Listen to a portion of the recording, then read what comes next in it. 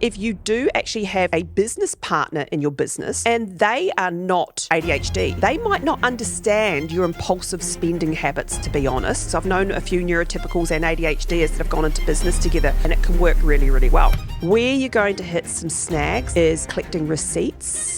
Most of the time when you're trying to claim back GST and that, you need receipts for everything. What I do with receipts, I use, if you are running a business, you kind of got to look after the money side of things, otherwise the business suffers. One of the problems we have as ADHDers is welcome to the ADHD Fempreneur Podcast, where we unleash the power of the ADHD entrepreneurial mind. I'm Kerry Fitzgibbon. Ladies, let's turn your superpower into success. Welcome to this week's episode of the ADHD Fempreneur, and today we're going to be talking about managing money as an ADHD business owner. Ooh. Yes, when it comes to money as an ADHDer, we're not that good at it. It's as simple as that. And I don't know many ADHDers out there that are good at managing money day to day as it is. But as a business owner, it is a lot more difficult, right? And the problem with it as a business owner is that it can actually really, I guess, affect the business in a big way, because what happens with a lot of us ADHDers, and you may be able to relate to this if you've got a business and that, is that business money in a business bank account is still your money. Like, that's the way we think of it. In my first few years in business, I had business and personal in the same bank account. And so when my accountant eventually looked through it, he's like, "You're just treating this like a spendings account." It's like, yeah. And my tally for, my gauge for if I was doing well is I had more money in the bank than the week before. And if I wasn't doing well, I was going into overdraft. So many of us ADHDers are very much like that. And why do we struggle? Well, we struggle because it's boring. We struggle because of our executive functioning side of our brain. We just don't have that regulation, or we have a lot of we have a lack of impulse control. And a lot of that comes down to, a lot of things in our life, but money is definitely one of them. And one of the reasons why I believe it is money side of things is that when you talk about money, we're talking about finances, all right? And quite often money, accounting, bookkeeping, all that sort of thing in business is boring. We don't like it. It doesn't give us our dopamine hit.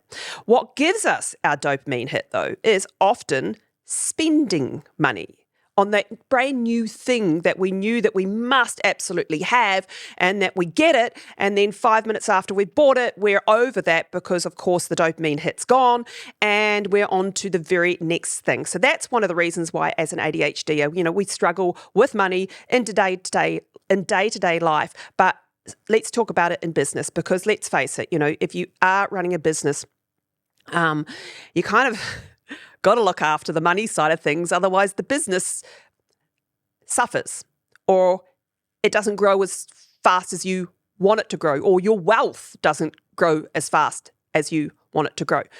And one of the problems we have as ADHDers is, so neurotypical people can look into the future and think about the future and plan the future, right? We live now. So if anyone says to me things like, "Hey, what's your super Ann like? What are you going to have when you retire?" I'm like, I might not even be alive then. That's no fun. Like, why not spend it now while I'm alive and I'm going to have fun and whatever else? You just don't think into the future about those sorts of things, which means that putting aside money for future growth in the business, putting aside money for, your future and living into maybe 60s, 70s, 80s, 90s or whatever else, is a real struggle. And often if you do actually have, let's just say, a business partner in your business and they are not ADHD, they might not understand your impulsive spending habits, to be honest. And in fact, it can cause quite a few issues. I've known a few neurotypicals and ADHDers that have gone into business together because it can actually make a really, really good partnership, by the way, because you've got your neurotypical who is a little bit more structured and organised and can look after all those boring things. And then you've got the ADHD who's the creative, the ideas, the visionary and whatever else. So you put those two together and it can work really, really well. Unless the neurotypical doesn't understand that the ADHD might get overexcited and want to spend on things. So actually, to be honest, it's probably, good that the business partner or whatnot, if you get someone like that who can help you with that stuff.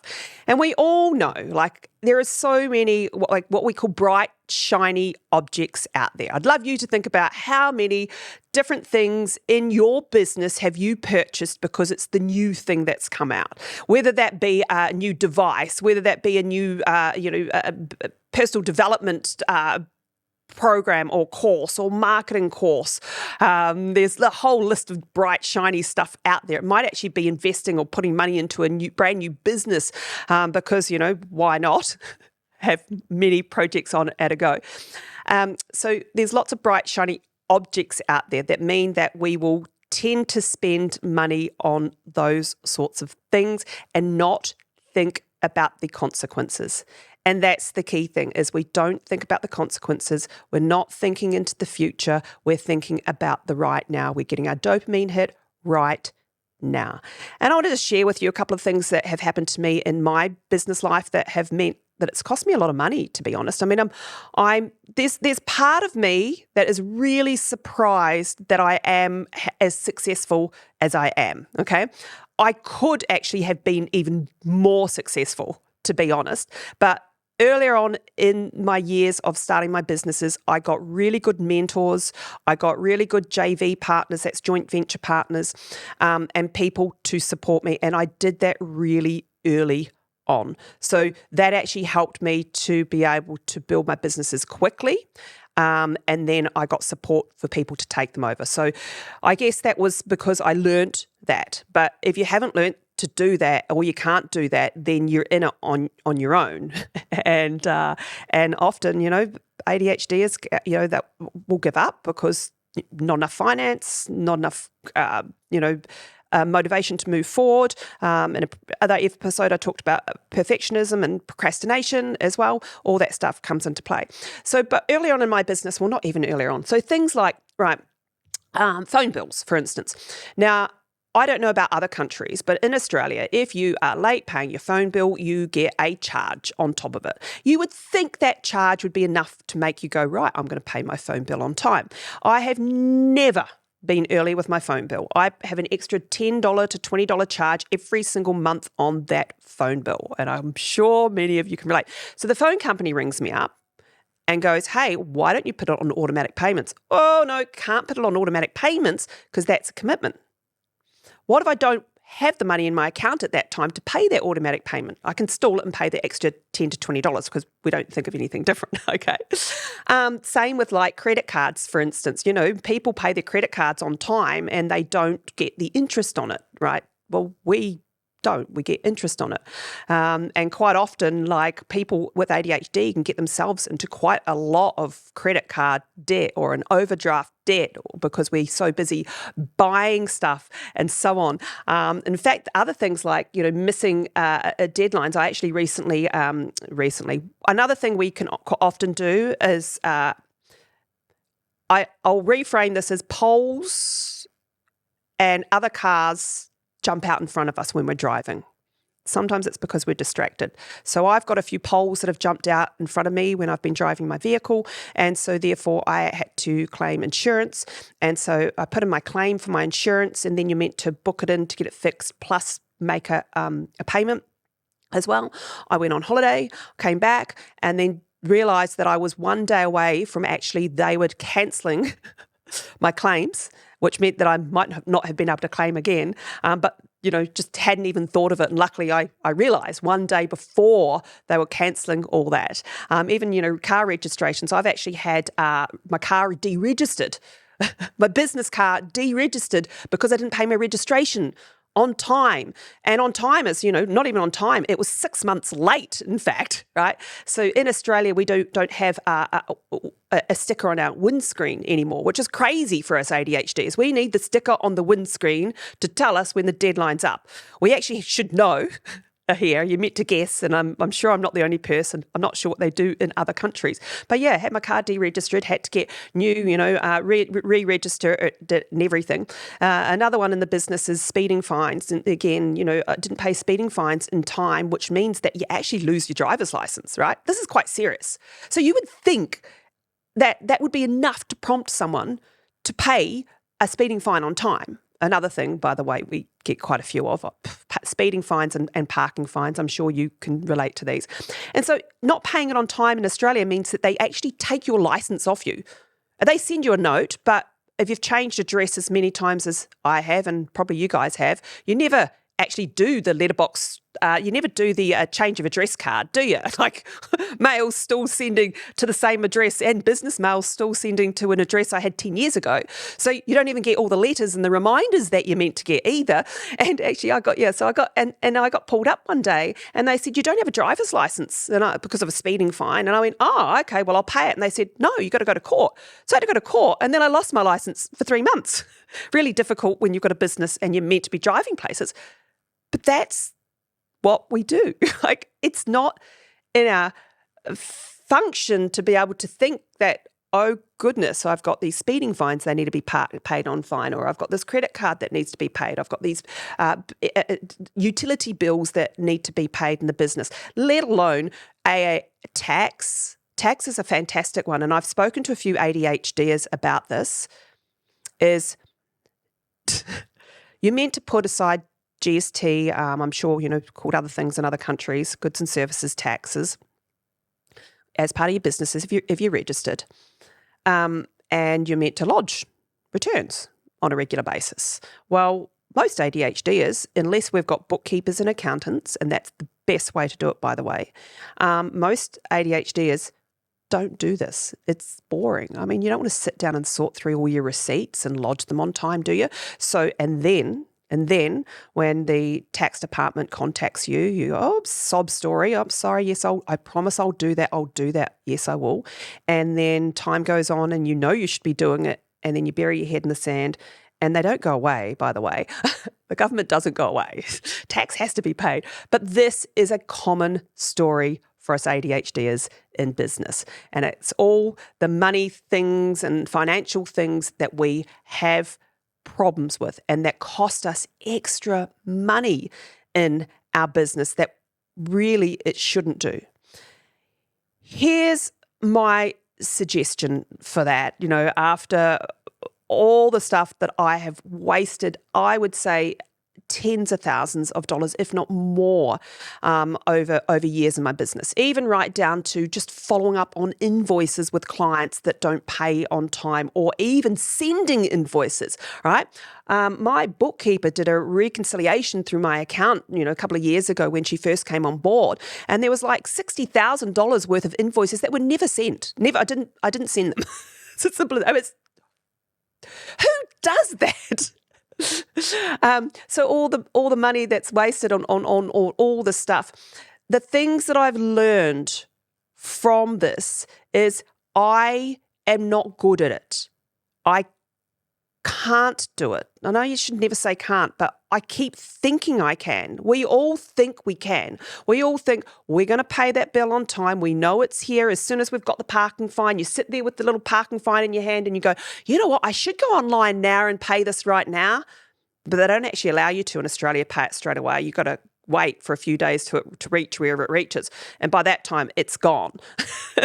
I know I should. I've got a calendar. I can set reminders on my calendar for payments and things like that. We know we can. We know we should. But do we? And that's it. Do you do it? Because if you don't and you're wasting or a lot of money in your business through extra fees, through not paying things on time, through not getting things in on time, and so on, then, there are little things you can do. And, the solution is it's an easy one. It's you have to get other people to help you with this stuff. So some of the things that I've started doing, even though I have commitment issues, is I have a business bank account and it's completely separate from my personal bank account. So get different accounts. Then you need a third account that you put any tax money, government money into. Then you have a fourth account, which is a spendings a bills account, right? So 4 accounts, personal, and you might want a savings with that one, and a business with a couple of different offset accounts on it. All right. Now, I'm not a financial advisor nor an accountant. This is just an ADHD business owner telling you my little crazy system for doing it. Okay. That seems to work better. It's not perfect. Perfect is you don't even look at your bank accounts, you're not allowed access to them or anything like that, and you have someone who sits there, looks after them, pays you something, like a job, and pays all your bills, and you don't do anything. That's perfect, right? Where you're just given a certain amount of money, that's your spendings money, everything else is aside. But, you know, for the most of us, that's a bit too much commitment to get someone to do that. So I have the different bank accounts, and then I have these automatic payments, and I've had someone help me set them up because I wouldn't want to set them up myself. They wouldn't get done. So whenever something's come in, I've got someone to help set up automatic payments, and I set up automatic payments and pay myself, an automatic payment to pay into a savings account. Another thing I have is I have an app which takes rounds up to the dollar, and it's a savings, I guess, app. It's called Raz, the one I use here in Australia. And so what it does is that everything I spend on my cards, it puts the round up to the dollar, I guess, in another account aside. So that's just inside. I think I've been doing it 3 years now and have about $3,000 or $4,000 that I still haven't even looked at. I looked at it the other day and went, wow, you don't even notice it. Okay, great way to save is having those little apps that round up and it comes out before you know it. But automatic payments are definitely, we have to do them. It's as simple as that. Money apps as well, and rewards. Like I think about the fact that I love traveling. So what I do is to be honest, I impulsively book travels. Yes, that does happen as well. But there was what I did this last year is I did a family trip, organised a family trip away. It's a big task, and organised it earlier in the year for later in the year. And then that was my incentive to save for the trip as well. And then we've done the same for next year. So just thinking about some of those things that you really, really want, you know, is it a house? Is it something else in your business? Or is it something that's going to reward you that you really would get a great dopamine hit from? And it might be a brand new hobby or something like that, a jet ski. And then looking at ways to put money aside that will reward you and, you know, to get that thing. And I remember doing this trick years ago, and I was only a teenager, and, you know, every single little bit of money I got was spent straight away, like just living paycheck to paycheck. As a teenager, I left school relatively early because I wanted money, because I wanted to spend money. And plus the schooling system did not work. We know this for many ADHDers. And it was too stressful. And I had a boyfriend who lived out of town, and I went to my parents for money, and they said, no, you can't have the money. We'll give you half if you save half. And that worked really, really well for me. So they matched what I saved. So I went and I put every little bit of money aside because I really wanted to go for this trip. It was a beautiful town out in New Zealand to go and visit my boyfriend. And that worked for me, is that just the incentive of something that you really, really want. But I cannot stress enough in business is burying your head in the sand, which we love to do. We don't love to do it. We just do it. It's like, not in my face. I'm going to forget about that until it really comes knocking on your door. And inevitably it does, especially if it's something like, you know, tax. It will come knocking on your door. And, you know, so rather than bury your head in the sand, the main way you get around it is getting, again, I have a bookkeeper. Get a bookkeeper if you can, get an accountant if you can, set up automatic payments or get them to do that, get them to look after all that stuff and make sure they stay on top of it to help you along the way. Where you're going to hit some snags, if you're anything like me, which I know many of you guys are, is collecting receipts. So most of the time when you're trying to, claim back GST and that, you need receipts for everything. Many places let you, So what I do with receipts is I use an app again, and you can, find them on Apple or in Google Play. Find a tax receipt app thing, and every single time you get one of those receipts, take a photo of it and get it. Make sure you get your bookkeeper or accountant to hook it in with whatever accounting software that you are using. But that's another thing I would suggest. So for the very first 3 or 4 years of my business, I did not use an accounting software. My accounts were an absolute mess, okay? They were shocking, in fact, and it made me very nervous.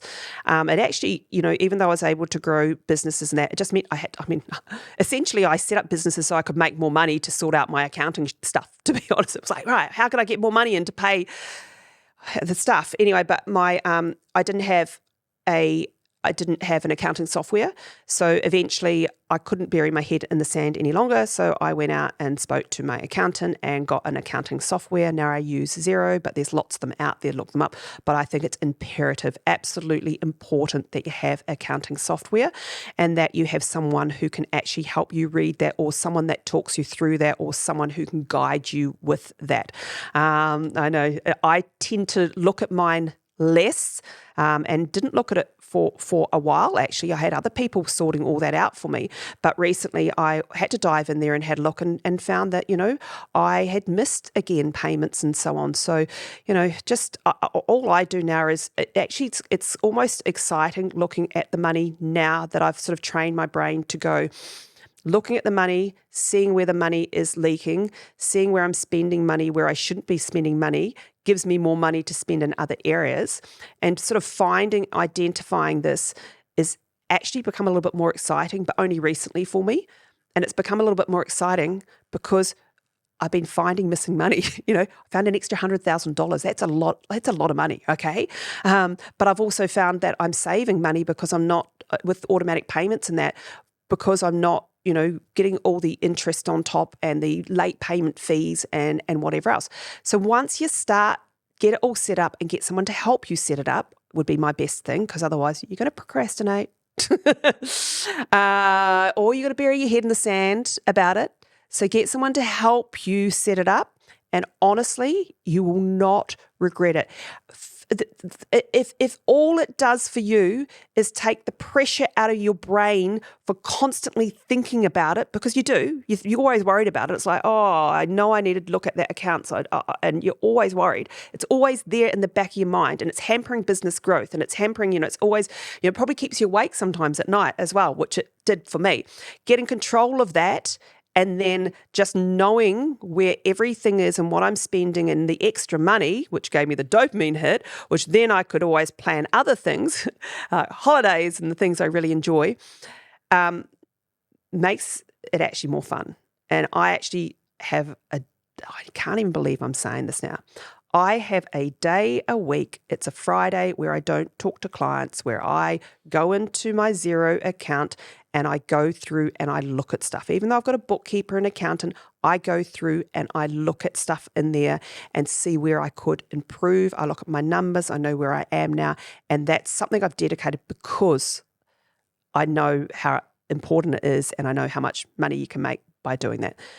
If you can relate to any of this and, perhaps you're, struggling with money, as most of us ADHDers do, and the money is actually meaning that, your business isn't growing as fast as you want, or you don't know where the leaks are in your business, or you're always paying these late fees, or, getting caught short and whatever else, and you don't have the money you want, and you found this episode interesting and relatable, and hopefully, some of my money saving tips here have helped you get automatic payments put in place, maybe get some money apps, get someone to help you set all this up, and then see the rewards. And you'll start to love it. So if any of this resonates with you, you want to hear more of this stuff, make sure that you do subscribe to Spotify or to Apple Podcasts, whatever platform that you use. Give me a 5-star rating, which would be really, really great, so that I can continue to put out this information to help other ADHD fempreneurs, have super success, even though sometimes it can be a struggle. And I look forward to seeing you on my next episode.